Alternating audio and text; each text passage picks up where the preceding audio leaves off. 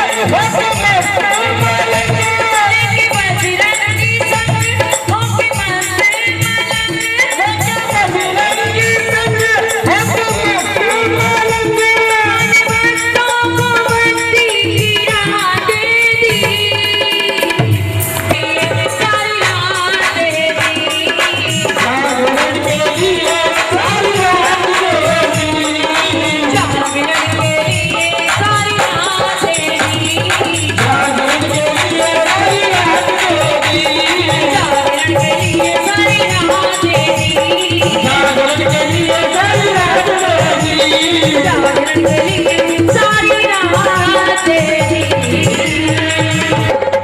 देखिए भक्त चलना है ऐसी खटके ले आंदा ओला, 12 वर्षी खटन के ऐसी खटके ले आंदा ओला, डरते ना दे भक्ता नो मां मार गए तेरा चौड़ा के बल्ले बल्ले हो गई है, ओ गड़बड़ हो गई है, बल्ले बल्ले हो गई है, ओ गड़बड़ हो गई है।